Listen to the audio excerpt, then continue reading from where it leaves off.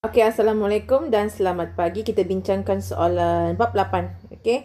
Okey, kita tengok nombor 1. Keluri karat lebih kuat berbanding besi tulen. Sebab dia alloy. Apakah kegunaan keluri karat? Di sini adalah pengetahuan mengingat, konstruk mengingat.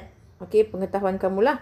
So, membuat rangka kereta ni adalah keluli, rangka kapal terbang duralumin. Jadi mengingatlah, kemahiran mengingat. Membuat piala ni gangsa. So, pembedahan lah keluri karat selain daripada yang cikgu cakap tu pagar yang cantik itu stainless steel yang ringan, yang berkilat, itu adalah keluri karat. In Englishnya stainless steel, tapi komponen pembedahan pun pisau pembedahan semua tu adalah digunakan menggunakan keluri karat. Seterusnya, yang manakah bukan komponen kaca soda kapur? Ini pun kena ingat dia punya apakah bahan kimia komposisi dalam soda kapur kan? Yang ada boron oksigen ni adalah borosilikat. Jadi inilah, of course, B ni adalah out. Sebab ini dengan ini memang komponen bagi soda kapur. Jadi boron, asal nampak boron oksida, dia akan jadi kepada borosilikat ya. So yang manakah bukan, jadi jawapannya B. Seterusnya, dalam pembinaan reaktor nuklear, seramik digunakan untuk membuat dinding bahagian dalam. Kenapa? Okey, seramik ni yang tanah liat campur silika kan. So kenapa digunakan dalam pembinaan reaktor nuklear? Jadi pilih yang mana menyokong penggunaan dalam reaktor nuklear. Adakah dia lembut? Adakah dia lengan terhadap kimia? Adakah dia tahan suhu tinggi? Ataupun dia mudah dibentuk? Mudah dibentuk ni out lah. Sebab dia tiada kaitan kita reaktor nuklear kita bentuk jadi cincin ke, kita bentuk jadi benda lain kan. Sangat lembut, out. Jadi antara dua, bahan kimia ke atau suhu yang tinggi? Reaktor nuklear ni bukan ada orang buat tindak balas kimia di situ. Yang ada tindak balas reaktor nuklear menghasilkan letupan yang tinggi. Jadi letupan dengan tenaga nuklear yang tinggi kan. Jadi jawapannya adalah suhu yang tinggi ya. Okey, jawapannya D. Dia ada kaitan dengan soalan tu lah, kegunaannya tu.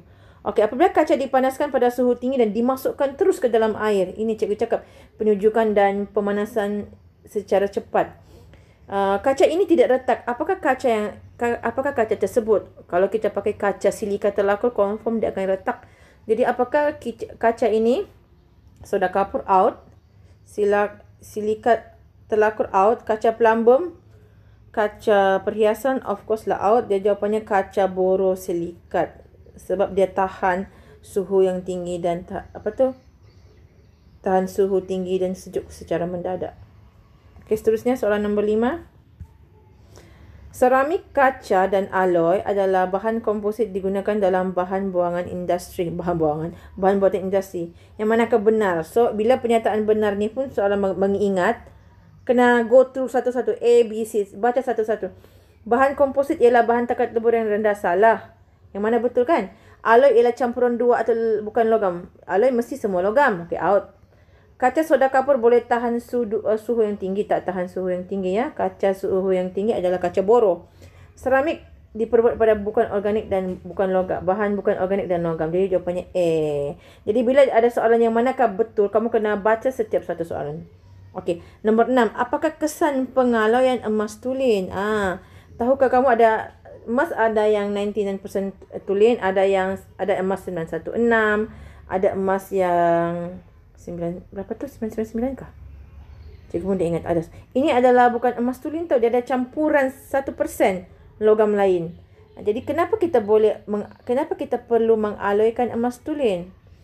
Ada, lagipun dia lebih murah, 916 yang emas tulen tu sudahlah dia mahal, dia lembut lagi kalau kita pakai. Kalau terlanggar di pintu ke apa, terus boleh bentuknya berubah. Jadi yang 916 ni bukan tulennya, dia ada 1% logam lain. Logam apakah nanti kamu cari. Jadi apakah tujuan kita aloykan emas tulen tu? Adakah menjadikan dia kurang keras? No lah, tak mau. Adakah kita mau kasih dia melebur? Of course lah tidak. Tidak terkakis. Tiada kaitan dengan emas. Sebab emas memang, biarpun dia tulen, dia memang tidak terkakis. Tidak mudah bertindak balas dengan oksigen dan air ya. Jadi jawapannya ada, kita lebih mudah dibentuk kalau kita aloykan dia. Okey. Nombor 7. Logam tulen mudah ditempa dan dibentuk. Apakah yang benar, pernyataan benar menyokong mengenai logam tulen? Jadi baca satu persatu sebab ini adalah konsep memahami. Jadi yang mana betul? Apabila daya dikenakan, lapisan atom logam menggelonsor dengan mudah. Ya kan? Apabila daya dikenakan, adakah dia mengisi ruang kosong? Salah. Apabila daya dikenakan, susunan teratan logam tulen akan terganggu. Ini adalah bagi alloy. Apabila daya dikenakan susunan atom logam tulin bercampur dengan logam. Ini alloy ya. Jadi jawapannya adalah A. Sebab dia logam tulin. Kenapa dia lembut? Mudah ditempa, mudah dibentuk, maksudnya lembut lah ya. Okey, seramik termaju ni. Ini pun memahami. Yang cikgu bilang ada karbida, ada oksida tu. Apakah contoh seramik termaju? Cakra Bragg. Ini pun kena memahami dan mengingat juga ni kan. Mangkuk ni seramik, landasan kereta apa ni keluli. Keluli yang maksud alloy lah kan, cendera hati ni pun keluli. So jawapannya Cakra Bragg. Terusnya soalan nombor 9. Cermin mata hitam. Kacamata ini dapat melindungi mata kita daripada sinaran UV yang berbahaya. Jadi, apakah kandungan bahan kimia yang ada pada kaca ini? Jawapannya bukan boron, ini kaca. Pelambang oksida ni pun kaca. Jika salah, jawapannya mesti ada argentum klorida. Dia akan turn black bila suhu cahaya kena cahaya matahari. Okey. Nombor 10. Komunikasi digital memainkan peranan penting dalam kehidupan moden. Okey, format digital. Apakah bahan tersebut? Jadi yang ada kaitan dengan komputer-komputer digital adalah gentian optik. Apa Englishnya tu? Optic fiber. Okey. Seterusnya soalan 11 12. Bahan komposit mempunyai ciri berbeza daripada komponen asalnya. Yang manakah benar tentang bahan komposit? Jadi ini pun kena baca go through. Sebab dia tanya yang mana benar kan. Jadi kamu kena baca satu-satu. Adakah kaca gentian tidaklah tahan lama dan ringan? Salah. Dia tahan lama dan dia berat kan. Gentian optik keras, tidak fleksibel. Fleksibel itu yang boleh di wire tu kan dikasih lilit. Kaca fotokromik sensitif terhadap cahaya dan boleh menyerap sinaran UV. Ini betul lah.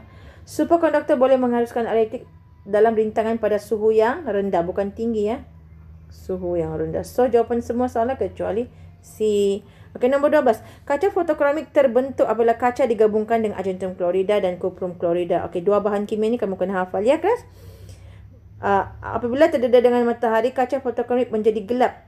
Bahan mana yang berikut mempunyai kaca fotokromik? Adakah dia topik leather? Topik leather bukan kan, dia fiberglass. Gentian kaca. Jambatan? Keluli. Cermin kereta. Cermin kereta lah. Cermin kereta jawapannya ya. Okey, mari kita jawab soalan structure ya. Dibagi kamu bahan A dan bahan B. Kalau kamu tengok bahan A ni, susunan atomnya teratur. Sama jenis, sama saiz. Yang bahagian B ni kamu nampak susunan atomnya tidak teratur dan dia ada saiz yang berbeza. Okey, baca soalan. Nyatakan jenis. Dia bukan minta nama, jenis bahan A. Jadi bahan A adalah logam tulin. Dia B adalah alloy. Simple sebab soalan tu minta jenis. Okey, seterusnya. Okey, namakan atom X. Okey. Sebelum tu kamu kena tengoklah ransangan soalan tu. Dia bilang macam mana kita tahu bahan X tu digunakan dalam landasan kereta api. Okey, landasan kereta api adalah of course lah keluli kan kelas. Bila keluli dia kebakar. Jadi namakan atom X. Atom X tu merujuk kepada siapa? Atom X ni yang merujuk kepada logam utama. Sebab ini logam utama, ini logam asing yang masuk sama dia ya. So bila logam utama, jadi maksud ini logam utama. Jadi yang originality logam keluli adalah besi. Jadi itu maksudnya ya soalan tu. Okey, jadi apakah atom X? Jawapannya logam besi ataupun logam ferrum. Okey, nama ya, mesti nama penuh ferrum. Okey. Tak boleh bagi formula. Okey, seterusnya terangkan dari segi aspek susunan atom. Susunannya mengapa B lebih sesuai untuk membuat landasan kereta api? Jadi jawapannya kerana yang alloy ni kan dia ada atom asing. Atom asing berlainan saiz. Okey, ganggu apa? Susunan teratur.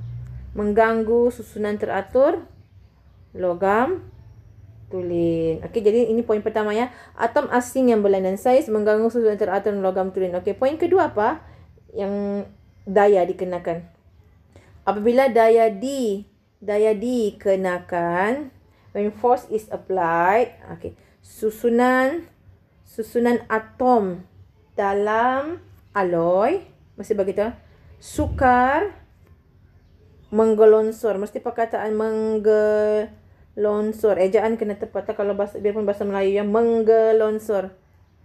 Antara satu sama lain. Mesti ada antara satu sama lain. Okey. Not easily slide. Itulah dalam bahasa Inggerisnya. Each other, antara satu sama lain. Mesti ada perkataan antara satu sama lainnya kelas. So, poin kedua adalah apabila daya dikenakan susunan atom dalam alloy sukar menggelonsor di antara satu sama lain. Okey, itu 2 markah kan? So 2 poin lah. Okey, seterusnya kita tengok soalan nombor 2. Apakah komponen utama dalam kaca kaca makmal kan? Peralatan makmal. So, kamu kena ada mengingatlah pengetahuan kamu mesti ada dan mesti ada mengingat. Di sini adalah kaca boro. Okey, tapi dia bukan minta kan? Dia bukan minta apakah nama kaca. Cikgu salah, sudah cikgu bukan kaca boro sedikit. Jawapannya apakah komponen utama kaca? Jahat soalan ni. Dia bagi contoh kaca boro tapi dia minta apakah komponen utama kaca. So, umum sejaklah kelas. Jawapannya adalah silika ataupun silikon dioksida. Siapa pandai itu boleh sebut silikon dioksida. Okey. Siapa bagi formula? Boleh jugalah, sebab sini soalannya umum. Boleh bagi formula ataupun nama. Okey, boleh? Baru nyatakan jenis kaca yang digunakan dalam barang tersebut. Dia jawapannya adalah kaca boro. Jawapannya sini baru kaca boro ya. Kaca boro-boro, tahan suhu dan tahan haba yang tinggi. Okey, apakah ciri-ciri kaca boro? Itu maksudnya nyatakan 3 sifat bagi kaca yang dinyatakan di atas tadi. Kalau kamu jawab kaca boro, jadi kamu apa ciri-ciri kaca boro yang kamu ingat? Dia rintangan haba yang tinggi kan? Jadi kita ambil yang mudah lah. Takat lebur yang tinggi. Siapa cakap rintangan haba yang tinggi pun boleh. Apalagi tahan terhadap perubahan suhu yang mengejut.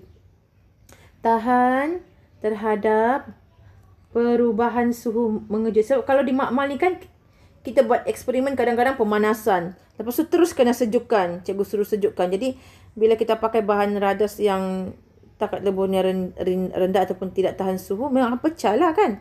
Jadi dia mesti support tentang alat radas makmal tu lah. Jadi jawapannya takat lebur yang tinggi, tahan terhadap perubahan suhu yang mengejut atau mendadak.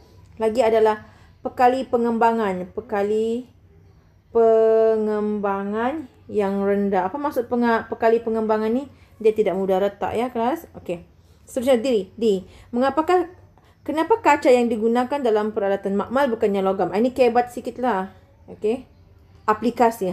Soalan aplikasi ni levelnya lebih tinggi sikit. Mengapakah kaca yang digunakan kelas untuk kita buat eksperimen makmal di makmal? Kenapa bukan logam? Sebab apa ciri-ciri umum kaca tu? Kaca lengai terhadap bahan kimia. Okey. Lengai terhadap bahan kimia. Siapa yang letak kaca penebat elektrik? Betul sifatnya tu kan kaca penebat haba, tapi tidak support tentang soalan ini. Soalan ini adalah kaca boro yang digunakan dalam makmal, peralatan makmal. Jadi yang ngam dengan soalan tadi itu adalah kaca lengai terhadap bahan kimia. Okey, so bahan kimia ni menyokong gambar raja alat radas makmal. Okey, kelas? Ini cikgu bilang lah. Menghafal bukan membabi buta, dia kena aplikasi. Okey, seterusnya nyatakan jenis kaca yang terbentuk apabila pelambum oksida. Jadi ini adalah kaca pelambum kan? Apa tu kaca pelambum je lah. Kaca mahal cikgu bilang tu. Kaca kristal tu kan kaca pelambum. Okey, nombor 3 last. Nyatakan nama bahan dan komponen utama digunakan untuk menghasilkan pasu. Pasu ini adalah seramik. Okey, nama mesti nama bahan kimia ya, bukannya formula. So jawapannya adalah sama ada. Siapa yang kurang ni tu boleh diterima jawapan tanah liat. Boleh juga diterima silikat. Sebab ini adalah 2 gabungan pada seramik.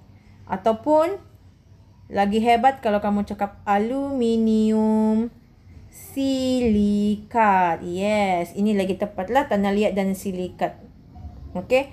Lagi kalau dia minta formula kimianya adalah yang kita tengok tu, yang kita belajar tadi, aluminium oksida plus ada 2 lagi silikon oksida, ada 2 molekul air. Okey. Ini hebatlah ni kalau sehafal dia punya formula kimia bagi seramik. Beginilah orang kimia. Nanti kalau kamu belajar di U, formula serai, formula rambut semua ditahu tu kelas. Gitu. Okey. Apakah ciri-ciri seramik bagi kegunaan pasu? Jadi apa ciri-ciri pasu yang kamu tahu? Keras lah kan? Berat?